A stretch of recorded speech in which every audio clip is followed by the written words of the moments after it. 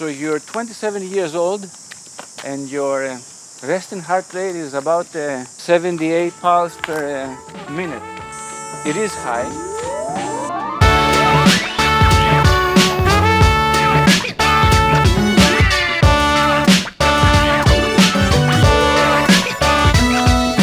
There's no good and bad at this point, but it's something that you don't need to have this high heart rate. It tells a few things only by looking at this heart rate, and we need to work with that. You will see this change in numbers, but the most important thing again is that you will be able to sense the difference when you will have lower heart rate when you're resting. You have to learn how to be conscious about where you are, what's around you, but at the same time not calculate, but understand the temperature, the winds, the possibility of rain, where the wind comes from, especially when you run. And if you're out to run, say 5 kilometers, and you know that by the third kilometer you're tired, it would be best to have in the first couple of kilometers headwind and then tailwind at your way back, or play around with the wind depending on the distances or what you do, say intervals, say speed work and all that. So you're conscious about the environment around you.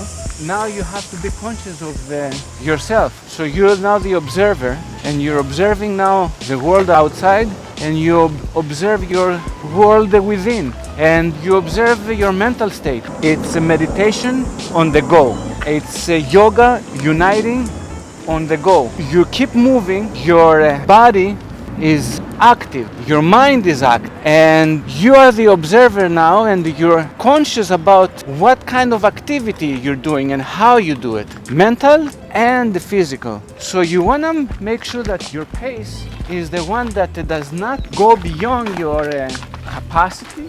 You have to gauge yourself, and then you have to make sure that your mental state is at the point that will allow you to perform your physical activity. Sometimes your mental state will not allow you to perform, not even start some physical activity. This is now where you have to command your mind and your body.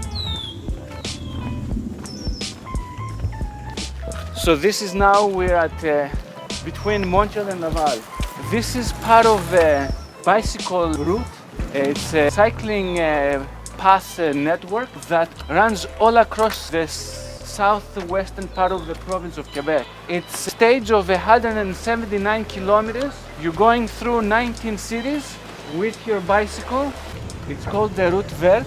The differences between the cycling and running.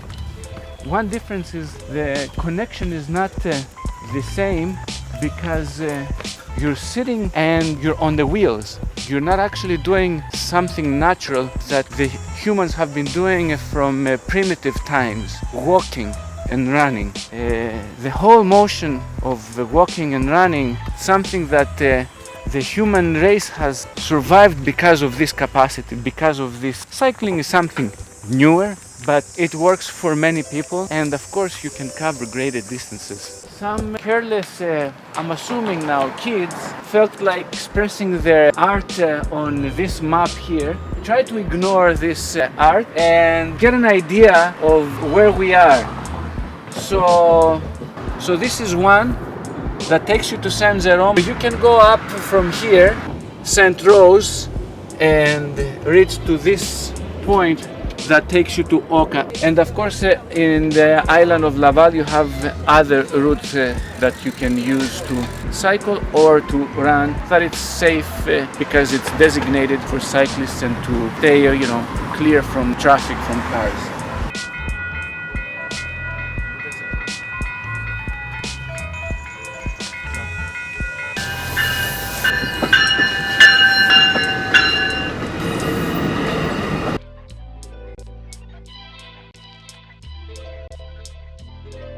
So this is the bears now that I was telling you, where you can take your canoe, but you have to wait now for the geese because they have priority.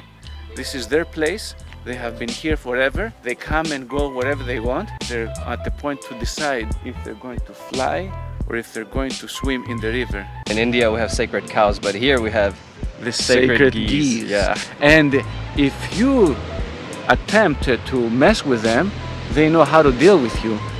So this is your gym.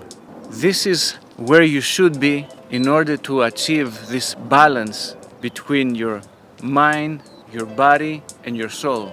This is where you need to be in order to understand who you are and your place in this world. This is where you have to be in order to get maximum results from that little time that you have left from your busy day in order to balance your life. This is where you have to come to get all these lessons of how you should be functioning, how you find harmony when you see how harmoniously everything functions here, how these species, these animals coexist harmoniously. Now it's your choice. You wanna swim? By all means. You wanna canoe? Again, it's your choice. Or we can go and walk and run in all these places around, and all we have to do is make that little effort and adapt to the weather conditions at any given day.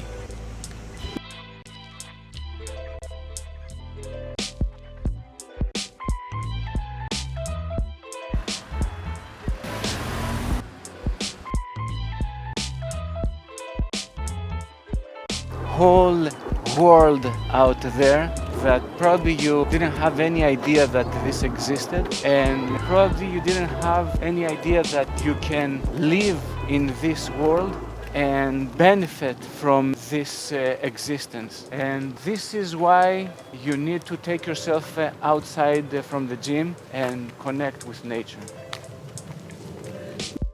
The difference between this gym and the indoor gyms is that there's no ego-driven distraction here. You can have distractions from the birds, or maybe, some clouds that they're hiding the sun.